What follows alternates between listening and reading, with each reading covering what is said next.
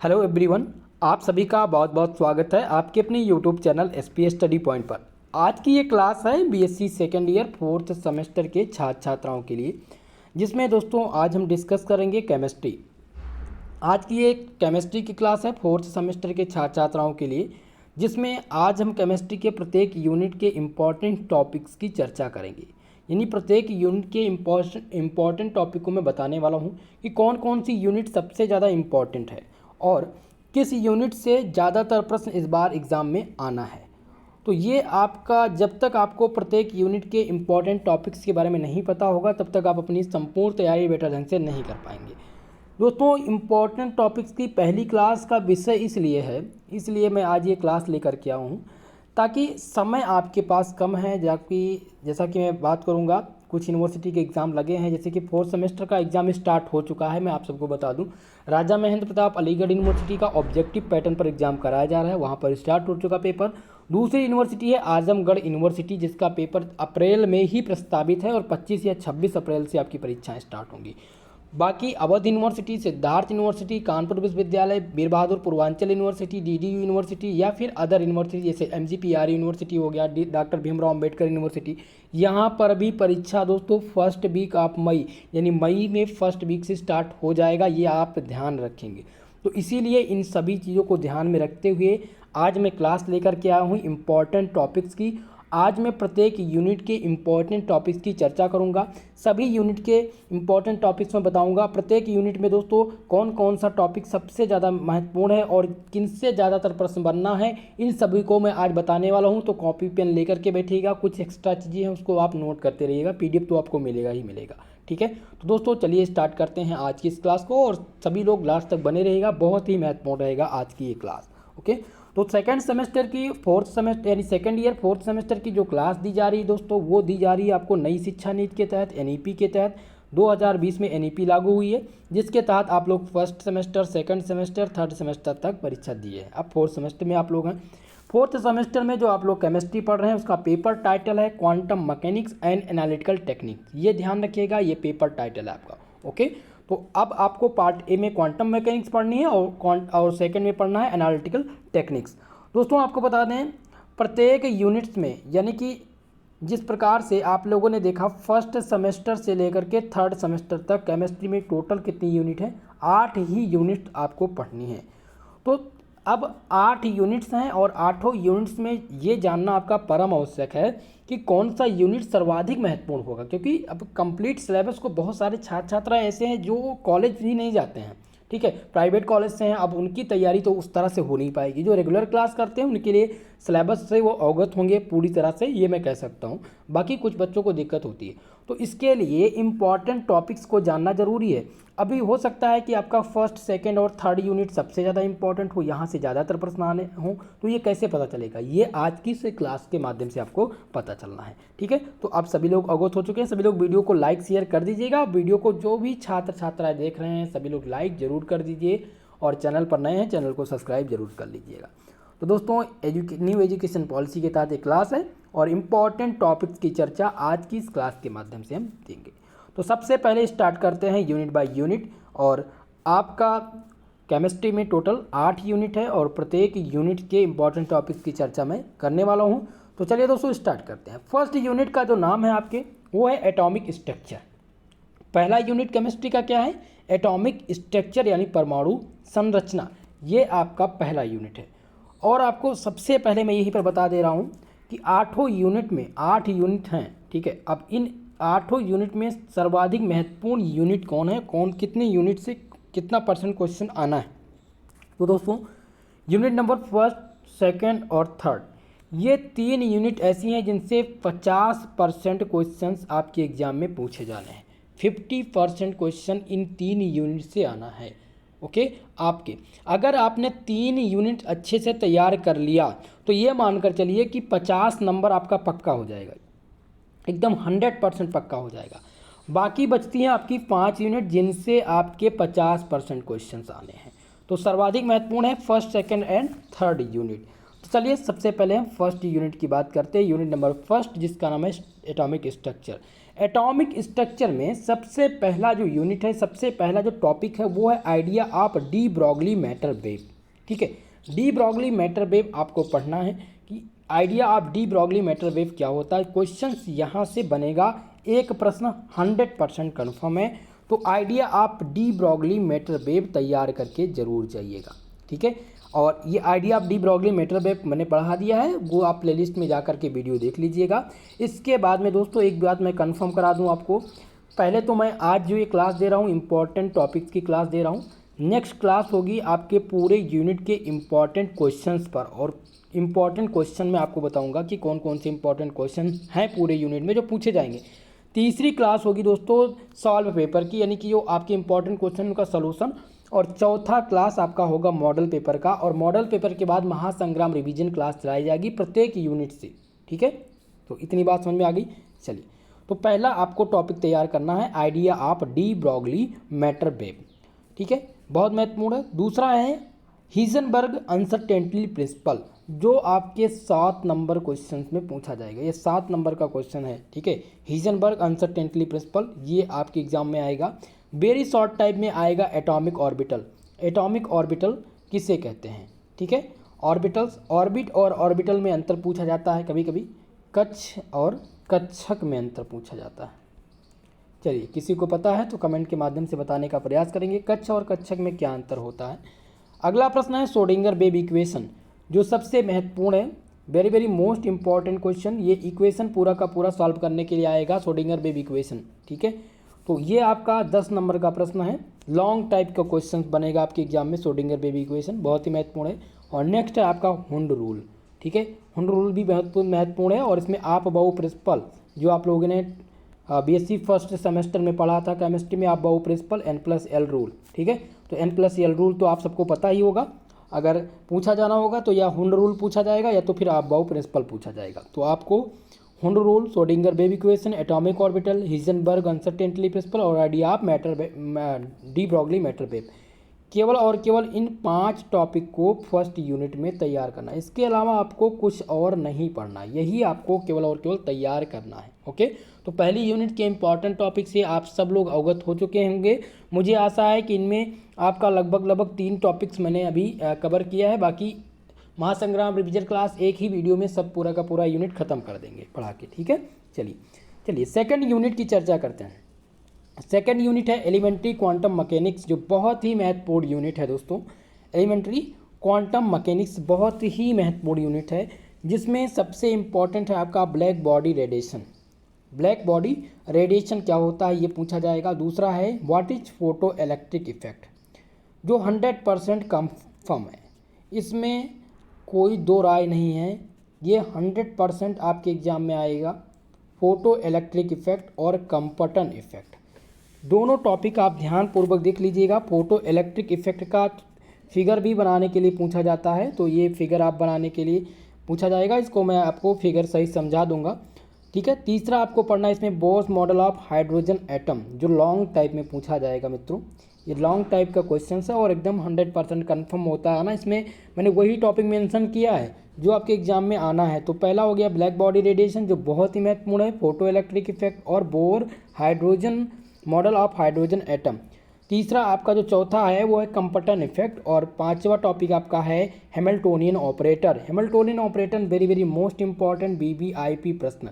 ठीक है, ये टॉपिक से प्रश्न बनना है, पूछा जाएगा what is Hamiltonian operator, discuss is characteristic और इक्वेशन।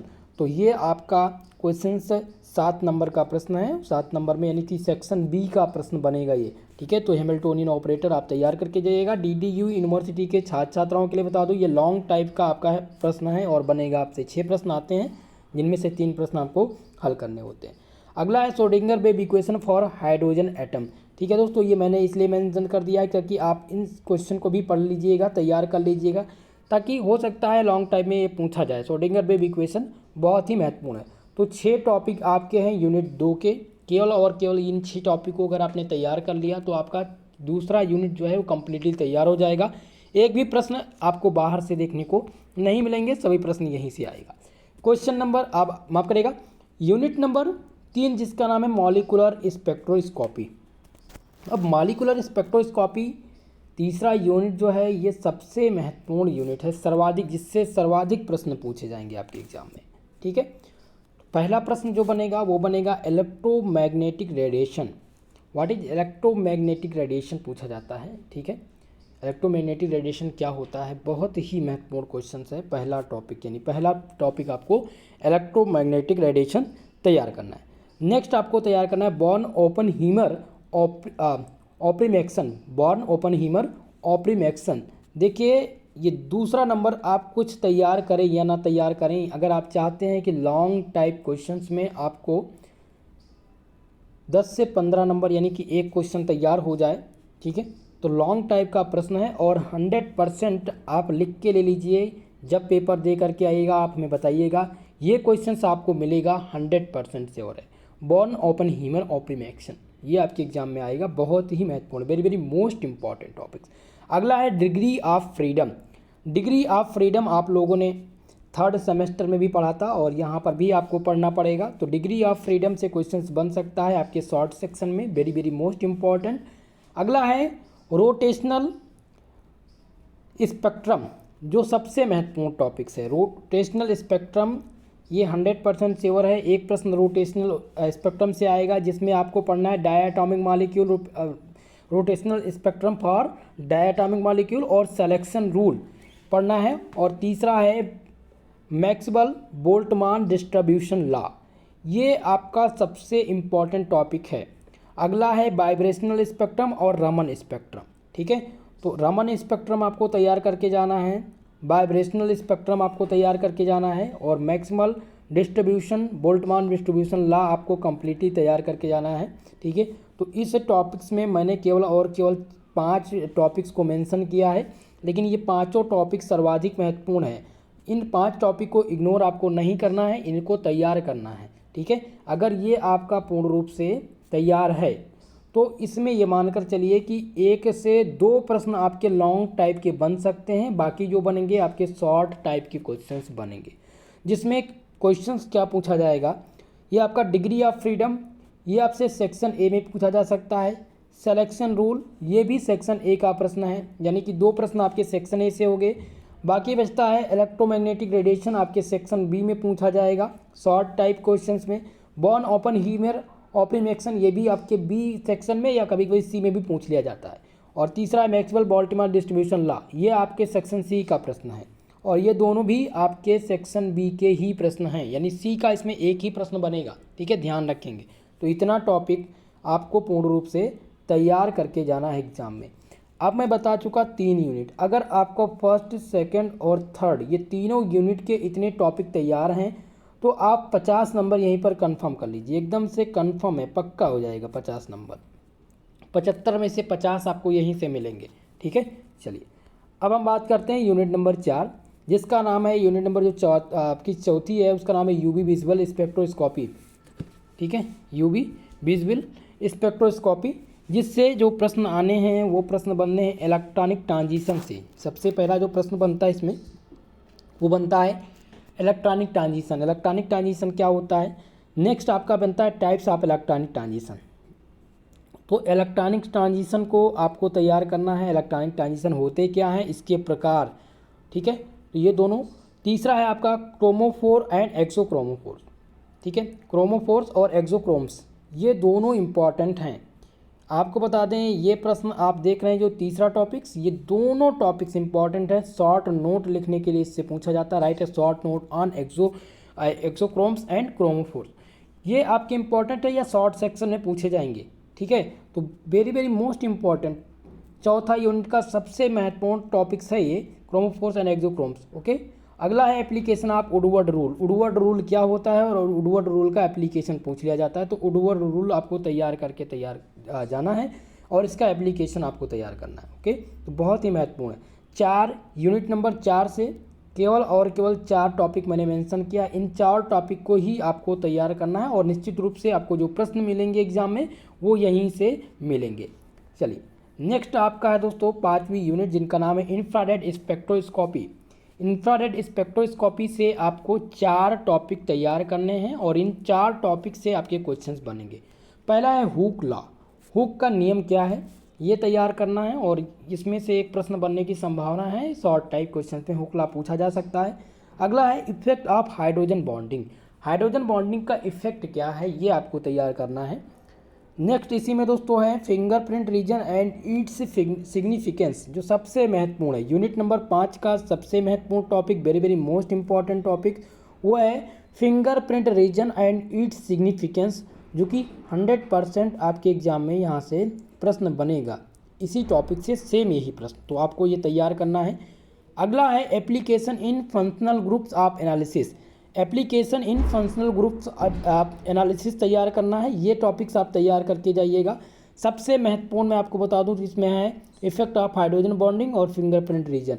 लेकिन 2 टॉपिक इसमें एक्स्ट्रा इसलिए हैं क्योंकि हो सकता है और लगा के क्वेश्चन पूछ लिया जाए, सेम ना पूछा जाए। तो इन 4 टॉपिक को अगर आप तैयार करके जाएंगे यूनिट नंबर 5 से, तो आपको निश्चित रूप से यहीं से प्रश्न एग्जाम में देखने को मिलेंगे। और अगर आपका ये तैयार है तो आपका जैसे कि जो वाइबा होता है, वाइबा में भी यहीं से प्रश्न पूछते हैं। ये बहुत ही महत्वपूर्ण टॉपिक है पूरे यूनिट के, ठीक है।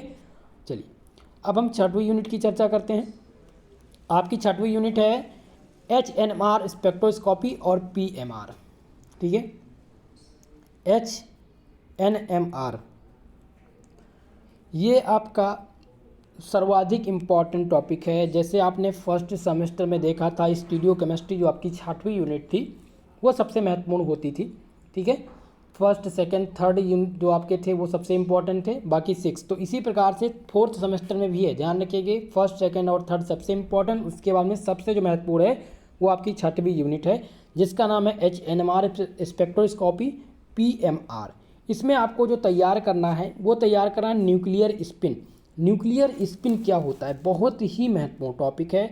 दूसरा आपको इसमें पढ़ना है NMR active molecule. NMR active molecule का टॉपिक तैयार करना है, क्योंकि यहाँ से प्रश्न बनेगा एक प्रश्न।